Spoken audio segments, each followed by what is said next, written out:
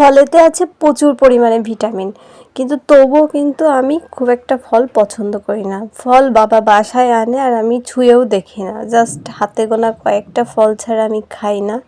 তো তার মধ্যে হচ্ছে অ্যাপেল। তো অ্যাপেল আমি কখনোই খাই না, আর খেলেও দেখা যাচ্ছে যে বড়জোর এক পিস। তো তোমরা যারা আমার মতো আছো, ফল একেবারেই পছন্দ করো না, আপেল খাও না, তারা কিন্তু আমার মতো এইভাবে শেক করে খেতে পারো।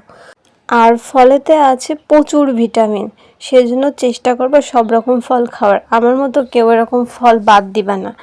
আমি কিন্তু এখন যথেষ্ট চেষ্টা করি সব রকম ফল খাওয়ার।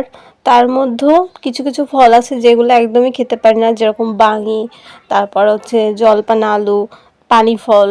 কিছু কিছু মানে ফল আছে এগুলো একদমই পছন্দ করি না। তবে অন্যান্য যে সকল ফল আছে সেগুলো কিন্তু আমি অল্প অল্প করে চেষ্টা করি খাওয়ার। যাই হোক, তো এই অ্যাপেল শেক করার জন্য প্রথমে একটা আপেল লাগবে আর লাগবে একটা কলা। তো এখানে কিন্তু পরিমাণ অনুযায়ী তোমরা কম বেশি করে নিতে পারো, যেহেতু আমি আর মা খাবো এই জন্য অল্প করেই বানাচ্ছি। যদিও এখানে যেটুকু উপকরণ আছে তা কিন্তু 3-4 জনের ভালোভাবে হয়ে যায়। এবার আমি আপেল আর কলা হচ্ছে ছোট ছোট টুকরো করে কেটে নিয়েছি। তো একসাথে যেহেতু ব্লেন্ড করতে হবে এক বাটিতেই রেখেছি। আর আমি এখানে একটা চকলেট নিয়েছি, তো ক্যাডবেরি চকলেট, এটা তোমরা চাইলে দিতেও পারো নাও পারো।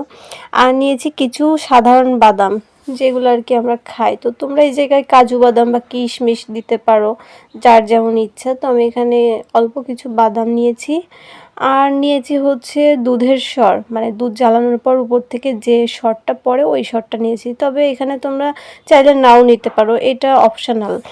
এবার আমি সব ভালোভাবে ব্লেন্ড করব এর ভেতর।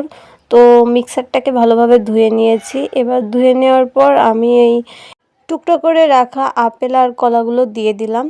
তারপর দিয়ে দিলাম বাদাম, এরপর ক্যাডবেরি মিল্ক দিলাম, তারপর হচ্ছে দুধের সর, পরিমাণ মতো ঠান্ডা দুধ। যেহেতু এখন শীতকাল এই জন্য কিন্তু আমি এখানে বরফ কুচি দিইনি। তো তোমরা চাইলে কিন্তু বরফ কুচিও দিতে পারো, তো খেতে কিন্তু আরও টেস্টি হয় বরফ কুচি দিলে। আর আমি এখানে দিয়ে দিলাম একটু মধু। তো তোমরা কিন্তু মধুর বদলে এখানে চিনিও ইউজ করতে পারো। যেহেতু আমি আর মা দুজনেই চিনিটা খাই না, কারণ হচ্ছে চিনিতে অনেক সুগার থাকে, এটা না খাওয়াই ভালো, অনেক ক্ষতিকারকও। তো হেলথের কথা চিন্তা করে আমি আর মা এখন চিনিটা বাদ দিয়ে দিছি, চিনি খাই না। তো সেজন্য আমি এখানে চিনির বদলে কিন্তু মধুটা ইউজ করেছি। আর এই জুসটা কিন্তু বাচ্চারাও খেতে পারে, বড়রাও খেতে পারে, সবাই খেতে পারে।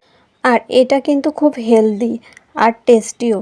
তবে কিন্তু এটা শীতকালের থেকে গরমকালেই বেশি ভালো লাগে। এবার আমি এই গ্লাসটাতে আর কি সার্ভ করব। তো দেখো এই যে ফোমের মতো হয়ে গেছে, মানে এতটা ঘন।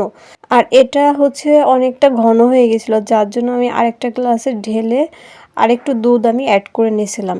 আর আমি সুন্দর করে সেভাবে ডেকোরেশন করতে পারি না, তো নিজের মতো করে আর কি করলাম। ওপর থেকে একটু আমি চকলেট গুঁড়ো করে দিয়ে দিলাম। তো এটা জানি না আর কি তোমাদের কাছে কেমন লেগেছে, তো তোমরা একদিন ট্রাই করে দেখতে পারো। তো ধন্যবাদ সবাইকে, ভালো থেকো।